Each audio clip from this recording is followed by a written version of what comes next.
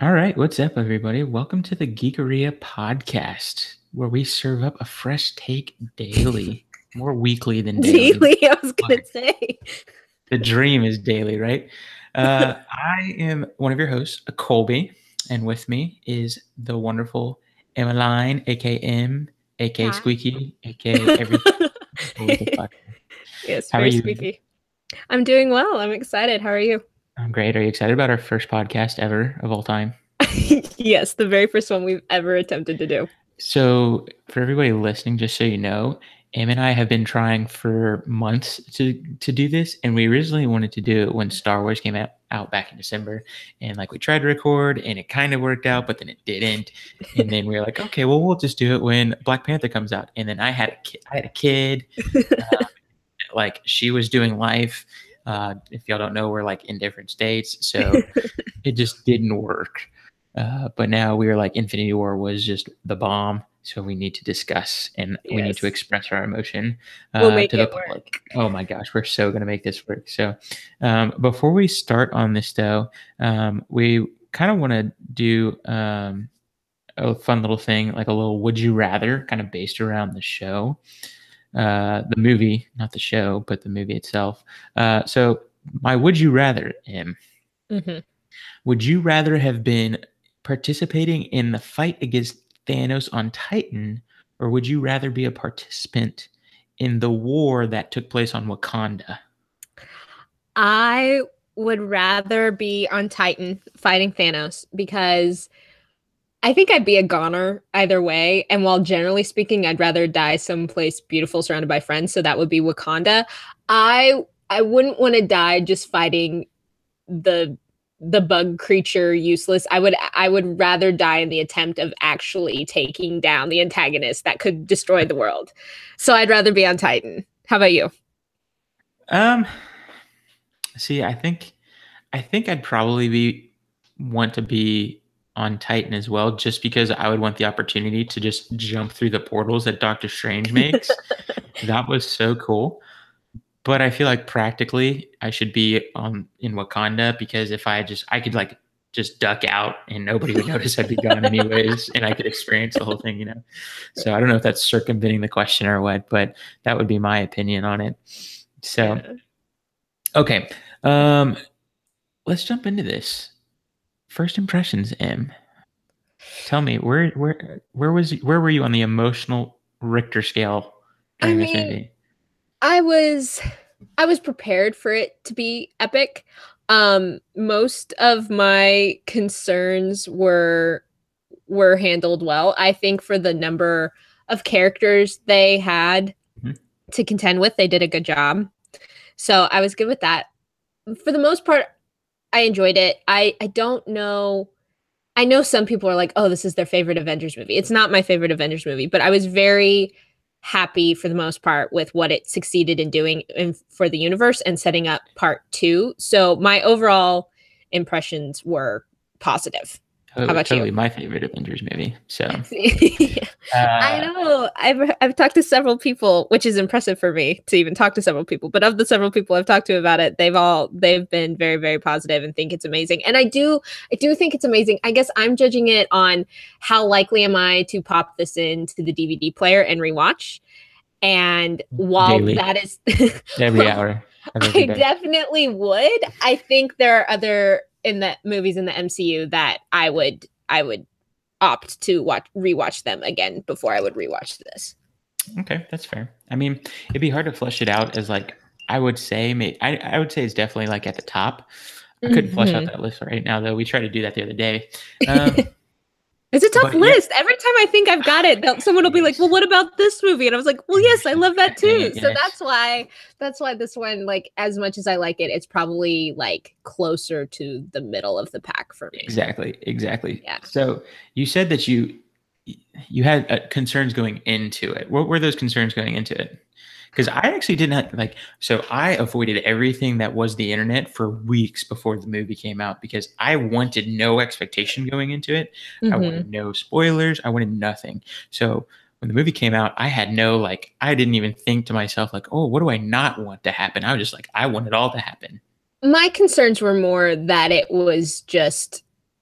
it was just going to be a lot of sound and fury and not anything actually happening. Like, it's just going to be a bunch of cameos. And I know some people felt that way about it, that it just felt, but I felt enough, like, we've established these characters enough that when they showed up, it was impactful. And I felt like everybody pretty much got their little moment in the sun. Yeah.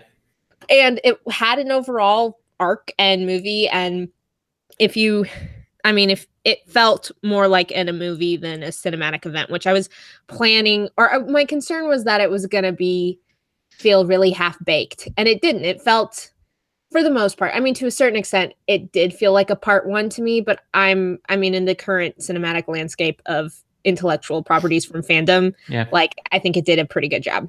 I'm okay with it being a part one, though. Like, I actually like the way they ended it. I know the biggest gripe on it is how they ended it, and people are upset with, by the way, if y'all did not read the title, this is a spoiler cast, so spoilers abound moving forward. So you've been warned, and it's on you.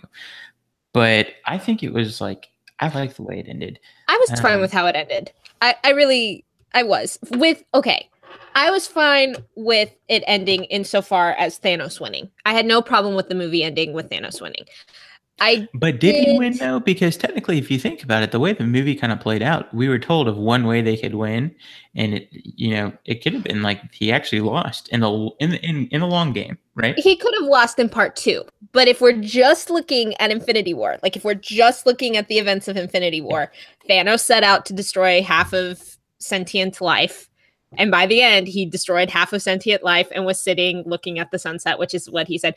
Like, the thing, we're going to get into it later with Thanos. My original watching, I had some qualms with Thanos, but if now thinking of the movie purely as Thanos' story, like if you think of Thanos less as an antagonist and more as the protagonist of the tale, then it suddenly helped the movie and Thanos' character for me a lot. And so if we look at the movie, or if I look at the movie in that light, Thanos won. Like, it's his story. He goes through his hero's journey. He has his challenges, which some of them I did not appreciate, but okay, whatever. And we'll get to that later.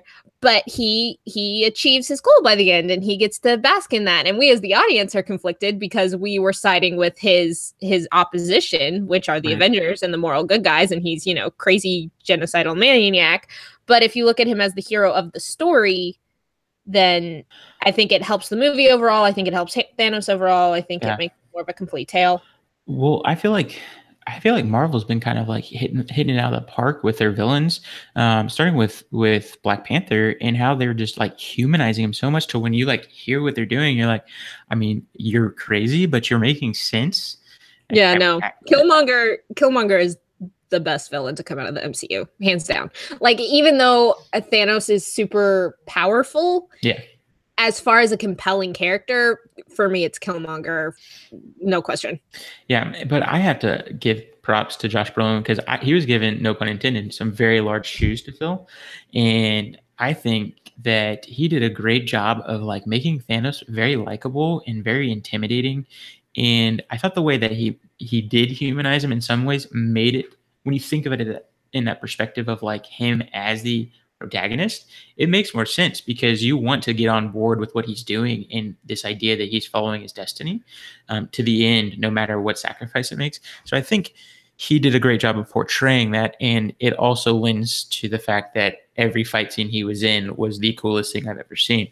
Yeah. I don't care what people say about, oh, the CGI was terrible. Like, I could care less. Like, I thought it was cool. Like, that was not a problem for me. I watched the comic book come to life. So no, I agree. I think Josh Brolin did a good job. I'm happier with his role as a protagonist than when I was looking at it as strictly a villain. The one thing I do wish is that I found his reasoning. It's hard because this movie was so jam-packed, but I wish they had dramatized his reasoning a little better. Like, just that, like, 2 seconds of making Titan look pretty was not a compelling. Like All My Children dramatize it like a soap opera in the afternoon.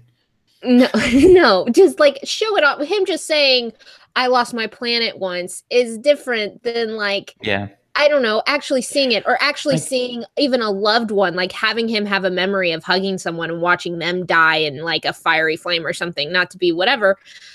But it's just like, I think I mentioned when we spoke about it before, like, Drax talking about losing his wife and Mhm. child. Like, if they had made Drax Thanos, like, I totally would have been down. Like, it completely would have made sense with all of that. But him just making passing mention of, I just wish You they had really, spent more time on that. yeah, you really lose that moment when he like briefly shows like what happened in the past with his world. And if it would have, if they would have found a way to make it to where he was like more impacted by it, instead of it just being like, oh, they didn't listen to me, so I decided to just do it the rest of the world, like universes. Yeah. Like Well, if it could have affected, like you said, like what if his family, like what if he did have a family and his family died, like they were part of the there had casualties to that have been ended up people happening. on the planet that he loved. Like, just to For show. sure. And my whole thing is, like, I do think it was compelling making Thanos against expectation and making him such a calm presence. Yeah. But that was a moment where he needed to be a little bit unhinged. Like, he's the mad titan. Like, if there was ever a time for the madness to creep through, besides his insane plan, like, obviously his plan is insane, but just to show a little bit of, like, what the trauma of losing his planet must have caused. Like, he was just so calm and it was so quick. It wasn't compelling enough for me. I was like, I say I loved how the way Josh Brolin played him and humanized him, but if you do think of it from that perspective, like I feel like it would have lent a lot more to the already great movie if he did if we did get to see some of that Thanos that just kind of is mad in love with death and murder. Like if you could have seen that come out slightly. I kind of wish that was his motivation. I was less about the whole like there's not enough resources in the planet, like, or universe, I guess. Like I was like I thought I was promised a dude in love with death. Like I wanted, oh my gosh. But I just cool. It would have been cool. Well, let's address something that I really want to talk about, which is the people that died. So we have the people that I consider dead, and then the people that are like snap dead, that died after the snap, right? The people who ashed away, they're not dead. They're gosh. ashed. I have to show you. I need to tell you about the funniest meme that I saw. It was like somebody saying my new cosplay is Spider-Man, and it was just a pile of ash. It was so funny. Oh no. Oh my gosh. But so let's talk about that. So Loki, Heimdall, Gamora, Vision. Not in that order, but like those four. I think it was in that order. It wasn't. I think Heimdall went first, but anyways. Yeah, I thought you said Heimdall first. Did I? I think so. It doesn't matter. So dead or comic book dead, come back to life later. Okay, I think Heimdall is dead. I see no way for Heimdall to come back. Agreed. Loki, trickster god, I could maybe see it, but it would be so cheap if they brought him back. And I mean, I think they even made a point where Thor was like, I think he's really dead this time. Mm-hmm. And honestly, as much as I love sibling relationships are like my favorite things to watch or read a narrative or watch in movies. Right. So as much as I will mourn the loss of Loki and Thor's brother, I think I'm going to mourn the loss of Tom Hiddleston more than Loki. Yeah, but the thing is, between the Thor trilogy and the Avengers, this Infinity War and the original Avengers, like they've had a good arc. I'm comfortable with Loki sacrificing himself for Thor, finally coming to the position. My one qualm with the death was it just felt so stupid for Loki. Like Loki is this he's the god of mischief. He is a trickster. He like does long cons, and his big thing against the mad titan Thanos, whom he knows because he's worked for, is a dagger up the sleeve. I'm like, that doesn't seem in character for me. It just might have worked. That's what he was thinking, probably. It doesn't. Okay, but I was okay with him going because it furthered Thor's story, and Thor has really come into his own and is the best of the movie. But getting back to the people, been like a throwaway. Like, here's the thing that I liked about it though is I thought that both Heimdall and Loki, first of all, is like right at the beginning, and they're like, "Buckle up, ladies and gentlemen, this is going to be a wild ride," and they knocked both of them off, right off the bat. What I like though is that I didn't feel that their deaths were wasted because it was like Thor had to sit there strapped down and watch two people he cared about dearly just get killed right in front of him. And there was nothing he could do about it. I totally agree that they weren't superfluous deaths. They weren't necessary to the narrative. It was a fantastic opening because it literally opened with Thanos totally taking down the two physically strongest Avengers, like Thor gosh. and Hulk, like beating the crap out of Hulk. It was an amazing opening. So I agree. I love Loki, and I really love Heimdall, and I'm super sad that he's gone. But I agree that both of the deaths were necessary for a variety of reasons, for Thanos, for Thor, for the overall tone of the movie. That was great. Skipping forward a little bit because I'm going to spend more time on the third death, but skipping to Vision, I hope he's dead, but I could easily see them bringing him back just because the way the movie read to me was Shuri had figured out a way to save Vision before they took the Mind Stone. So I think she has Vision on a hard drive somewhere. Do I think he should come back, like narratively speaking? Yeah. No. I'm one of those awful people that likes stories to have stakes, and so when they do the like comic book death thing, it really irks me. Like I want them to stay dead. So if they went with him dying, but I think it's entirely likely that he will come back. Of all the deaths, I think it's the most likely that he will come back. I kind of agree with you. Like, I don't want it to happen, but there's just so much more they could do with Vision, you know, because he's so new and there's so much story to explore with him. Plus, I think he would have such a great impact moving forward with the story they would probably want to tell with Scarlet Witch. But I want him to stay dead. Like, I like Vision. I appreciate that he was in it, but it's like, I kind of want to see other characters too. Yeah. I don't know. That's the one death where I was like, about. I could go either way with it. But kudos to the movie for making me care about the death of a character that previously I was not invested in very much. It was more like, not really like the death of it. I felt more awful for Scarlet Witch. Like, watch her having to kill somebody that she loved and then watching him come back to life to die again. Yeah. Like, that sucks. Yes, it does. They did very well with to keep them from despair, and then you have to watch them go through it anyways. It's just like, oh, that sucked. That was an emotional moment, I think. I mean, I didn't cry. Wanda. When you think about Wanda's story, it sucks. She's just been like tragedy after tragedy. Yeah, I know. So, okay, so this brings us to Gamora. All right, so I'm going to let you get on your soapbox here. Okay, so here's the thing. I went into this movie completely prepared and accepting for the fact that Cap was going to be the one to off it. Possibly Tony and maybe Loki. So when Loki died, I was kind of prepared. I was sad about Heimdall, but okay. And then when it became increasingly clear that we were focusing on Gamora, I was so surprised by it that I kind of went along, but it didn't sit right with me for a variety of reasons. And then when he ends up killing her, I hated how it went down, but I was like going with it because I understood like she's his daughter. They needed the character with the personal connection. Okay.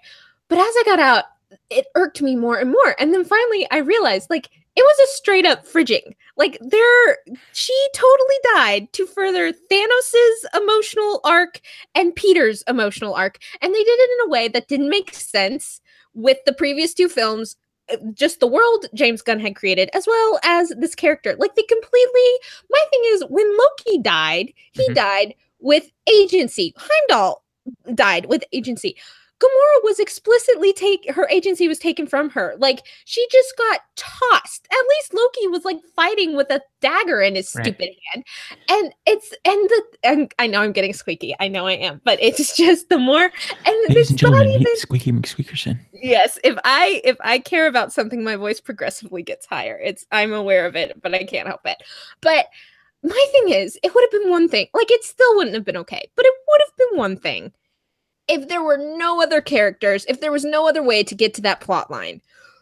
But they just killed Loki to further Thor's storyline. They killed a beloved sibling so that one of the protagonists of the Avengers world could have emotional angst. We have Nebula, who is a sibling to Gamora, who is a protagonist of a franchise. And it would have been so much more believable to me if he had taken Nebula up. I think it would have added just as much, if not more, complexity to Thanos' character to find out after all this time he actually did care for her, or in his twisted mind thought he loved her after all the abuse he had put her through.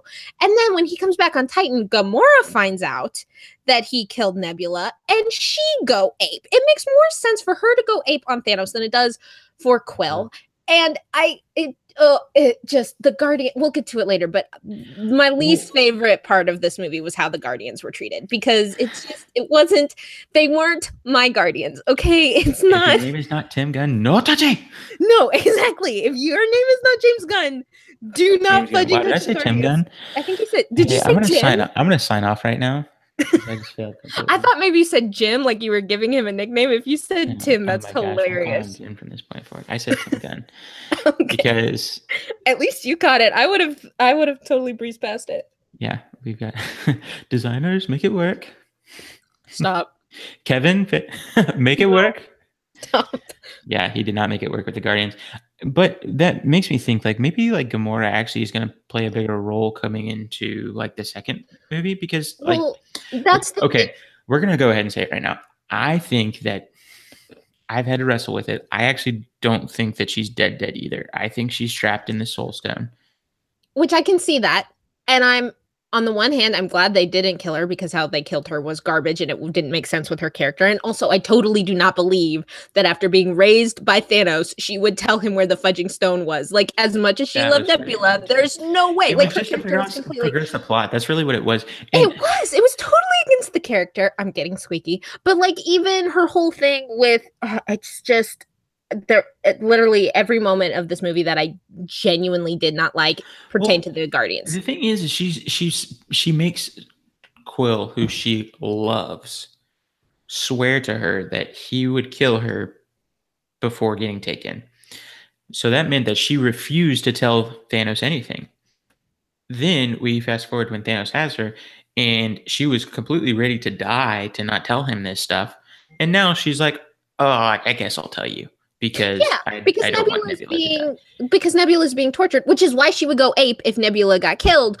But it's like Nebula and Gamora were both taught by Thanos. Thanos is cruel and like will do whatever to prove his point. There's no way that these two women would not be like, kill her, like kill her in front of me. I'm still not telling you where it is. Like, I don't, that makes no sense to me for the character at all. But as far as with you, I could see them bringing back, and I could see that with the Soul Stone. And while that makes me happy from a character standpoint, because I think Gamora is amazing and I would love to have her back, and I hate how she was killed, it annoys me because I like these movies to have stakes, and I don't like the, we're taking it back kind of thing. I'm like, no, that's dumb. Like, that doesn't appease me completely. Like, will I be mad if she comes back? No, I'll be happy to have her, but I will be annoyed with the whole storyline. I'm just annoyed. Are you though? Yes. Clearly. Okay, well, poor Gamora. I think she'll play a bigger part in the next movie. But let's take a moment, because I really want to just fangirl over my boy Thor and how he absolutely stole this movie. He's so good. Him and Rocket were the best. Him and Rabbit. Oh, it killed me. Oh, man. Okay, here's the thing. I'm so happy that after how many films, they have finally figured out how to use Chris Hemsworth as Thor. Like, from Ragnarok, I mean, there were hints of it, even in, like, The Dark World and Age of Ultron. But, like, finally letting him, getting to the drama through the humor, it works so well with him. And I think the best scene of the movie is Rocket talking to Thor, and Thor like trying, because when you think of the trauma, like he's talking about it, but he literally, like, Ragnarok just ended. He just lost his planet. He's just saving his people, and then he had to see half of his people under his care be destroyed, and then have his two last friends, because they don't really comment on Ragnarok, but the whatever their name is, I don't know, the Fab Three or whatever, his friends, they all died in Ragnarok. And then it's just, he's gone through so much loss, and he's still trying to do humor, and he's still trying to be like, he was so, and Stormbreaker, I just can't, like, oh my gosh, the most epic moments were easily Thor's. He's the MVP of this movie. Oh, absolutely. He was so good. And like, shout out to Giant Dinklage. Like, that was the best. I did not see him coming. I had no idea. He's one of those actors that should just be in everything. Everything he's in, he makes better. Well, except for when he did the voiceover in Destiny, the game, for Dinklebot, but it's I know nothing about video games, so I wouldn't know. It's okay. It's a sore subject. We're not going to go there. Okay. it's on par with calling James Gunn Tim Gunn, but it's okay. Anyways, yeah, I loved everything about Thor. Every time he was on the screen, I got excited. Like the hype that went through the theater. Did your theater freak out when he showed up with Stormbreaker and just like wrecked half the army? I don't know if I heard them because I was freaking out so much. I was so, and when Banner was like, "Oh, you're gonna get it now," I was like, "Yes, yes, you are," because oh, it's so good. It made me so happy. So, yeah, he shows up. Yes. No. I've seen you copied my bid. Oh my gosh, I love Have the you met little my new character friend, the tree? Oh, I am Groot. I am Steve Rogers. That was one of the best moments. It was such a lovely, because it didn't break the tension, Yeah. but it was just such a little lovely, because it's like the shawarma thing. Like, yes, I love the big comic booky action, whatever, but I also love just these characters hanging out, and it was so like, oh, it was so good. Oh my god, I'm so excited about Thor. He's my favorite in the whole wide world. Yes, I know your Thor love. Not that I was questioning, but you were totally vindicated in that regard. I really was, and I was thankful for it. So I'm really sad though, because I think Chris Hemsworth really is going to hang up the hammer. I don't think they're going to do any more Thor movies, at least not with Chris Hemsworth. But I think it'd be super cool if they let Valkyrie be. That's what I think. I hope they do. Oh my gosh! I hope they don't do some whatever nonsense of just letting her, because like she's too cool of a character to waste. Like just really let her, even if she doesn't get. I mean, she deserves her own trilogy, but even if she doesn't get that, like she just needs to be around. She needs to be part of the Avengers. Even if she just shows up for the Avengers, like I'm totally fine with that. The thing is the Russo brothers even said that she's alive, because half of the. Which was hard to understand, but apparently half of the Asgardians actually made it off the ship in escape pods. So she's alive. And I think that's intentional, because I think they want her to, I would hope that they want her to be the one to pick up the hammer. Or maybe a Stormbreaker again. Oh my gosh. Yeah, whatever. My thing is, Thor's arc is him finally coming into the place where he can be the king of Asgard that he was always meant to be. Yeah. So Valkyrie being the new warrior going off through space, defending the 9 realms, and Chris Hemsworth occasionally making cameos, that is my ideal. That's what I want as the king of Asgard. I agree. I'm okay with that. Yeah. Anything else about the movie you want to talk about, though? In terms of what happened, favorite moments. I mean, we could go frame by frame if you wanted, but I don't think I like we had mentioned we could go. I like the mention of just talking about the different dynamics between the characters. One of the highlights for me was Okoye, Widow, and Wanda fighting the Black Order lady. You mean to tell me she was up there the whole time? That was great. All of it was so good. Oh man, it made me so happy just watching the 3 of them being uber competent and having their own little, it was so good. I loved so favorite MVP was Thor, but my favorite thread was Strange, Tony, and Peter. Their little grouping was so good. Like it was so good on every level. I love how much Tony and Strange butted heads, and it was so and then the scene with Peter and Tony at the end. So apparently that was like unscripted, right? Supposedly Tom Holland improvised that, which is just so good and so cruel and so fangirly. Like it's just, I can't with that. I don't want to think about it.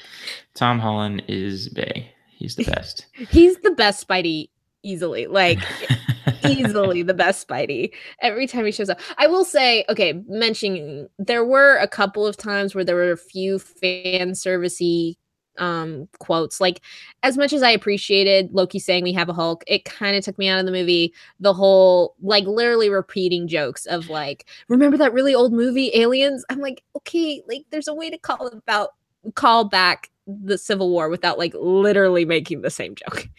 Like we can be a little bit creative. I mean, maybe I'm giving, I don't know. That sounds, I think you're just salty. Arrogant for me to say.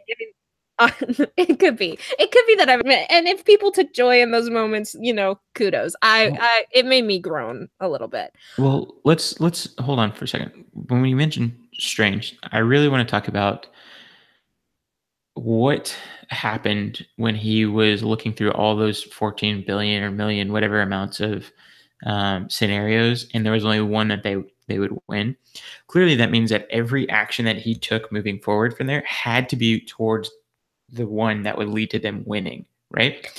Yeah. So I loved how the end credit scene, the post credit scene, when we find out about Captain Marvel and everything, like it doesn't really lend much to progressing the story.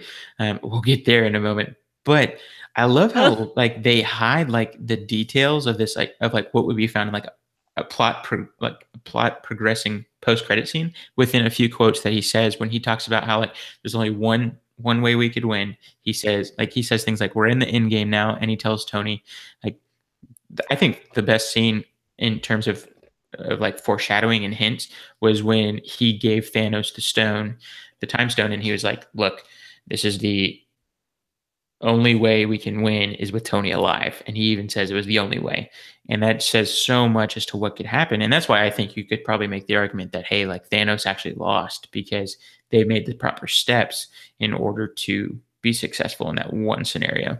And so I was like hyped for that. I was mind blown. Of course, my mind is easily blown. So, I mean, I loved it. I thought that was so cool. And I love, by the way, that fight scene between Thanos and Strange is like, I told you this, it's like the most anime fight scene you will ever see in a comic book movie. Like I full blown, I was feeling like Naruto DBZ action, like going there. Oh no. Where'd you go?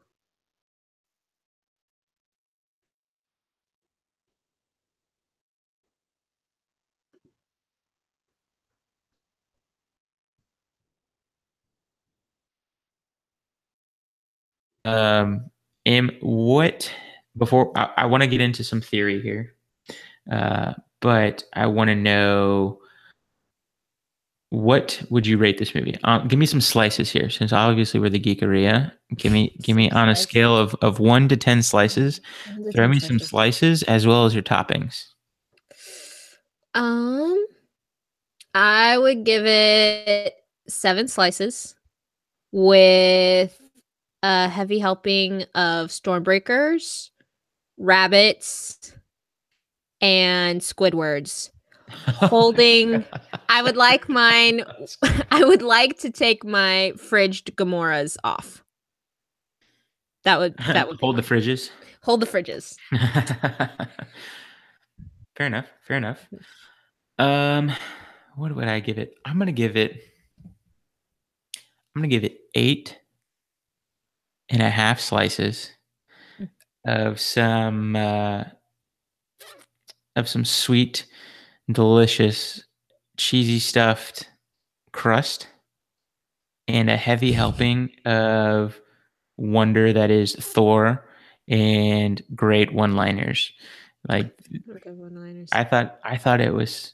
If you're a fan of everything that you've seen over the last 10 years, I think it's a must-see movie just for the sake of building it up. By the way, I loved how they had the 10 for the 10-year anniversary in the Marvel Studios logo at the beginning. I thought that was a nice touch. But yeah, 8.5 slices. I can't finish that ninth slice. It was a little too much. That's a respectable pizza. It's almost large, isn't it? Yeah. I'm gonna say this. I mean, okay, but taking everything that we saw, I want to talk about like what do you think is going to happen moving forward? So, what do you predict the way the movie ended? What do you think is going to be happening in Avengers 4? And we can talk about what's coming up with Ant-Man and the Wasp and Captain Marvel. By the way, Ant-Man and the Wasp, the way this movie ended, Ant-Man officially becomes such a relevant and important movie because of the quantum realm. So, but I'm going to give you a second to tell me what you think. Yeah, no, just briefly aside, the planning of making Ant-Man and Wasp and Captain Marvel, the movies in between Avengers, is just like, it's so brilliant. The whole planning of the MCU, like Marvel Studios has been able to do what no other studio has been able to do. Like they've tried and they failed. And so people can, nitpick at it and criticisms are valid, but like still it's crazy achievement. Like it blows my mind. But as far as the ending, I think the people who were ashed away are probably going to be in the quantum realm or whatever the technical name. Silvers. Yes. which will be found by Ant-Man, which is this probably the third. No, I don't know. I'm excited about a lot of things with this movie. The thing I'm most excited for is Michelle Pfeiffer, followed by Michael Pena, followed by having So Hulk when are they be going the to give Michael Wasp. Pena his own movie? He's easily okay. If it weren't for Michelle Pfeiffer, he would easily be the thing I am the most excited for because he was easily the best thing in the last one. He's another okay. Peter Dinklage. I have a list. I need to like actually write it down. I have a list of actors who should be in more stuff. Yeah, because they're just always the best. And Peter Dinklage and Michael Pena is on that list because just everything is good. Like just have him in everything. So, but yeah, so then on right. the list Quantum of things Realm. I'm most excited, Quantum Realm. And then as far as Captain Marvel, I think kind of taking off yours, like she's off dealing with huge antagonism of the Kree Skrull war. So she's off handling that. And then they're going to introduce her, show her abilities, and show her connection to Nick Fury. So then when she gets the page to come home and handle, which the person, my viewing buddy that I went to see the movie with at the very end when the beeper happened and her logo showed up, my viewing buddy was like, is Fury calling Cap? And I said, no, he is calling the captain. Like I literally fist pumped the air when the logo showed up because I had forgotten